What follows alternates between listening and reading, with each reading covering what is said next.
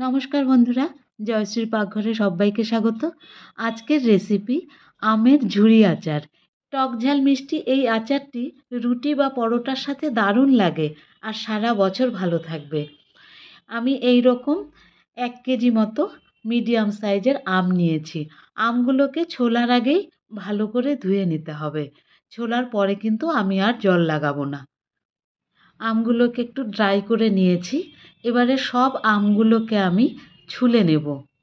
প্রথমেই বলেছি ছোলার আগেই ভালো করে ধুয়ে তারপরে ড্রাই করে নিয়ে এবারে আমগুলোকে সব কটিকে ছুলে নিয়েছি।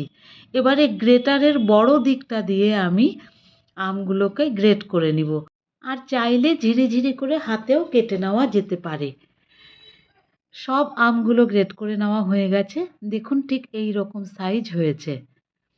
এবারে আমগুলোর মধ্যে আমি 1 চামচ লবণ, হাফ চামচ হলুদ আর 1 চামচ লাল লঙ্কা গুঁড়ো নিয়ে আমগুলোকে ভালো করে মেখে নেব।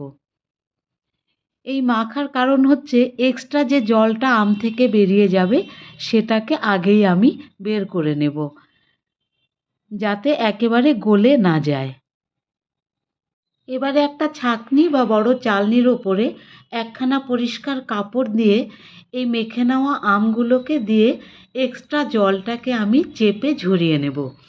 চারপাশ থেকে কাপড়টা এভাবে তুলে নিয়ে একটু চেপে ধরলে পরেই যে এক্সট্রা জলটা সেটা বেরিয়ে আসবে। এই এক্সট্রা জলটা থাকলে পরে কিন্তু ঝুরঝুরে হবে না আচারটা। এক্সট্রা জলটা ঝরিয়ে নিয়ে চালনির ওপরে আমি এই আমের মণ্ডটাকে দিয়ে একটুখানি আলগা আলগা করে রেখে দেব।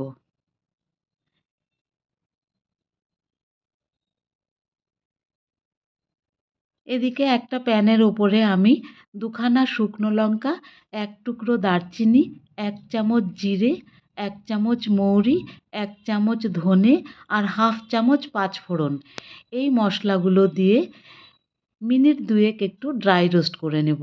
মশলা ভাজার গন্ধটা এলে পরেই আমি এটাকে প্যানের থেকে নামিয়ে নিয়েছি।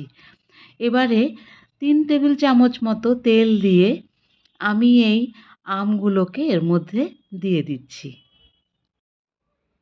আমগুলোকে তেলের ওপরে একটু স্প্রেড করে দিয়েছি।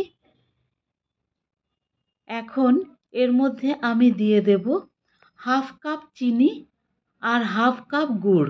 কেউ চাইলে পুরোটাই চিনি ব্যবহার করতে পারেন বা পুরোটাই গুড় ব্যবহার করতে পারেন।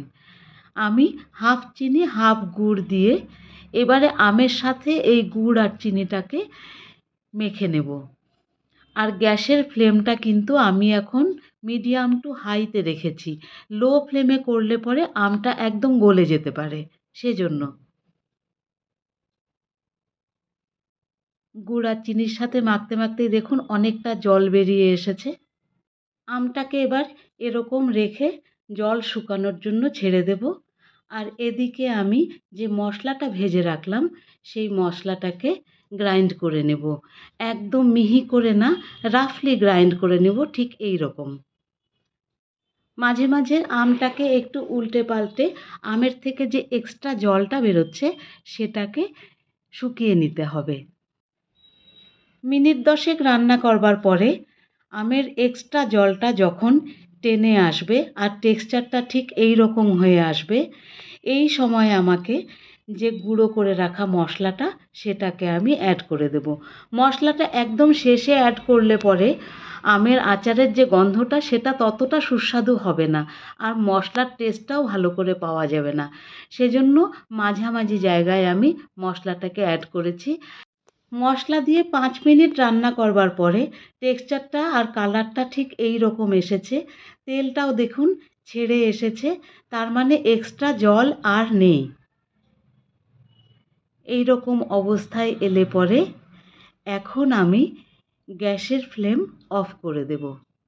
গ্যাসের ফ্লেমটা অফ করে নেবার পরে আমি এর মধ্যে দিয়ে দিচ্ছি 1 চামচ মতো ভিনিগার। ভিনিগারের সাথে আচারটাকে ভালো করে মিক্স করে নিয়ে ঠান্ডা হওয়ার জন্য রেখে দিয়েছিলাম। ঠান্ডা হওয়ার পরে দেখুন কেমন ঝুরঝুরে হয়ে এসেছে আর তেলটাও আলাদা হয়ে গেছে। এবারে একটা পরিষ্কার কাচের পাত্র, এটাকে আমি রোদ্দুরে শুকিয়ে রেখেছিলাম। দেখতে হবে যেন এক বিন্দুও জল এর মধ্যে না থাকে। জল থাকলে পরে কিন্তু আচার নষ্ট হয়ে যাবে। এই পাত্রের মধ্যে আমি আচারটাকে ভরে রেখে দিচ্ছি।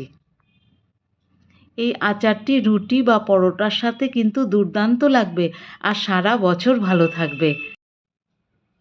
রেসিপিটি ভালো লাগলে একটা লাইক করে দেবেন আর সঙ্গে থাকার অনুরোধ রইল। ধন্যবাদ, ভালো থাকবেন।